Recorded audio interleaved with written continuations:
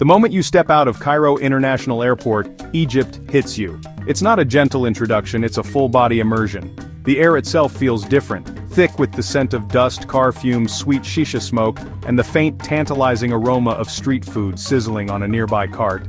The symphony of sound is immediate and overwhelming, a relentless chorus of car horns, the melodic call to prayer echoing from a distant minaret, the animated chatter of 100 conversations happening all at once. It's a beautiful, chaotic orchestra. This isn't a place you observe from a distance, it's a place that pulls you in, demanding your full attention from the very first second. You feel the energy of millions of lives being lived out loud, right there in front of you. I remember my own first arrival, staring out of a taxi window, utterly mesmerized.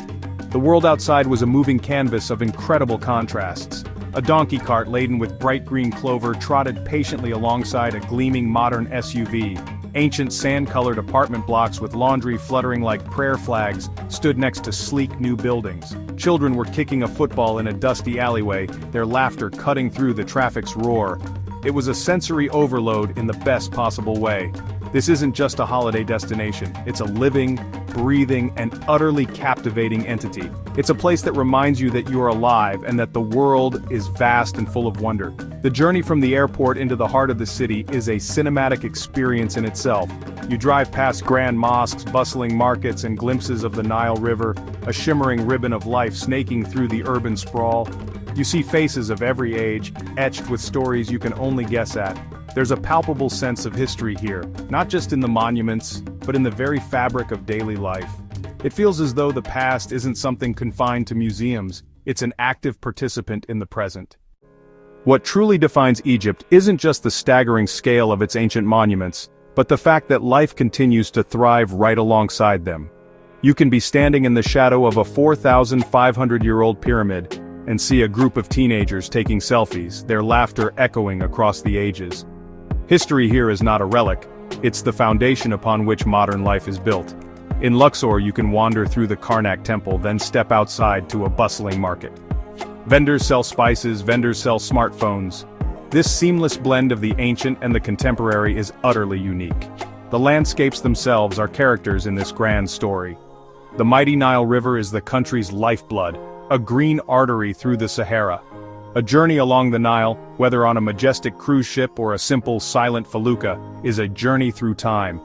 You drift past farmers tending their fields, fishermen casting their nets into the calm waters and villages where life moves at a slower, more deliberate pace. The stark contrast between the lush, vibrant riverbanks and the golden, empty desert just beyond is a constant, powerful reminder of nature's power. But for me, the true soul of Egypt lies in its people. There is a warmth and a generosity of spirit here that is truly humbling. Egyptians possess an incredible sense of humor and a resilience that is born from navigating a complex and often challenging reality. They are natural storytellers, quick to share a laugh, an opinion, or a cup of strongly brewed tea. Don't be surprised if a shopkeeper invites you to sit with him, not to sell you something but simply to talk about football family life. These moments of genuine human connection are often the most precious souvenirs you will bring home with you. That is a rare and beautiful thing. Section 3. The Art of Connection Etiquette. Greetings. Bakshish. Navigating Egypt's cultural landscape is as important as its busy streets. A little effort to understand local customs goes a long way. It transforms you from a tourist into a respectful traveler. The most important word, shukran, thank you. Use it often with a genuine smile. Greetings, salam alaikum, peace be upon you. Reply, wa alaikum salam, and upon you, peace. That exchange breaks down barriers and shows good intentions. When interacting, especially elders, hand over your heart shows respect. Dress modestly when visiting mosques or conservative areas. Women, cover shoulders. Women, cover knees. Carry a light scarf, a brilliant hack. Use the scarf to cover your head when entering religious sites. Men, long trousers are generally more appropriate than shorts. It's not about rigid rules. It's about being mindful and respectful. Bakshish, not just tipping, it's nuanced. It can be a tip for good service. It can be a charitable donation. It can be a small fee for informal help. Someone pointing you in the right direction. A bathroom attendant handing toilet paper. Be prepared. Carry small notes for Bakshish 5. Egyptian pounds 10, Egyptian pounds 20, Egyptian pounds. A small discreet note for genuine service is appreciated. Connecting with locals is the ultimate travel hack. In Egypt, despite the modern world encroaching, cash is still very much king. While large hotels will accept credit cards, high-end restaurants will accept credit cards, tour companies in major cities will accept credit cards, the vast majority of your daily transactions will require Egyptian pounds. From the taxi ride to the bottle of water, the delicious street-side koshari, the souvenirs in the Khan el-Khalili market, having a good supply of physical currency is essential. Relying solely on your card will leave you stuck more often than not. Plan ahead and make sure you always have a decent amount of cash on you, especially when venturing out for the day. The best way to get local currency is ATMs, widely available in cities and tourist areas. They generally offer the best exchange rates versus exchange bureaus or airport kiosks. Inform your bank of travel plans to avoid freezes. Use ATMs attached to bank branches during opening hours. If your card gets swallowed, you can get help inside. Withdraw larger sums to minimize fees, but be discreet. Once you have your cash, you'll need to master the art of haggling in souks and markets. It's friendly, sometimes theatrical, not confrontational. The first price quoted is almost never final. A good rule of thumb is to counter at about half and aim to meet in the middle. Do it with a smile and a sense of humor. Never get angry or aggressive. If you can't agree, say shukran and walk away. Sometimes that's the best negotiation tactic of all. A crucial hack for managing your money is to keep your denominations separate. Have a pocket with small notes. 5 Egyptian pounds, 10 Egyptian pounds, 20 Egyptian pounds for baksheesh taxis, small purchases. This prevents you from flashing a large wad and being targeted for inflated prices. For larger purchases, decide your maximum price before you start haggling. Egypt is an incredibly welcoming country. But like any major tourist destination, there are those who try to take advantage of unwary travelers. Being aware of the most common scams is your best defense. One of the classics, especially around the Giza pyramids, is the friendly local who approaches you, maybe flashing an official-looking ID and tells you the main entrance is closed, but he can take you to a special entrance. This will, honestly, almost always lead you to a relative's stable for an overpriced camel ride or to a perfume shop you really have no interest in visiting. Always trust the official signs and head directly to the ticket office yourself. Another frequent tactic involves misdirection and supposed free gifts. A vendor might place a souvenir, like a scarf or a small statue, in your hand and declare it a gift for you. The moment you accept it, the dynamic changes. They'll then pressure you to visit their shop or demand a gift for their family in return, which is of course money. The simplest way to avoid this is to politely but firmly refuse to take anything you are offered for free. Affirm la shukran, that's no, thank you in Arabic, and just continuing to walk is your best response. The "your ticket is not valid" scam is also common at major sites like the Valley of the Kings Karnak Temple. Always buy your tickets from the official, clearly marked ticket window, and just ignore anyone who questions their validity afterward. If you are ever in doubt, seek out a uniformed police officer for clarification. Finally, be wary of taxi drivers who claim their meter is broken, or who try to negotiate a wildly inflated flat fare. Always insist on using the meter, al-adad, in Arabic. If the driver refuses, simply get out and find another taxi. It's also wise to have a general idea of the route on a map app on your phone so you can see if you're being taken on an unnecessarily long scenic route. A brilliant modern hack is to use ride-sharing apps like Uber or Careem, which are prevalent in major cities. The price is fixed up front, eliminating the need for negotiation and providing a record of your journey, which adds a fantastic layer of security. In Cairo, the metro is a fantastic and incredibly cheap way to travel long distances, bypassing notorious traffic.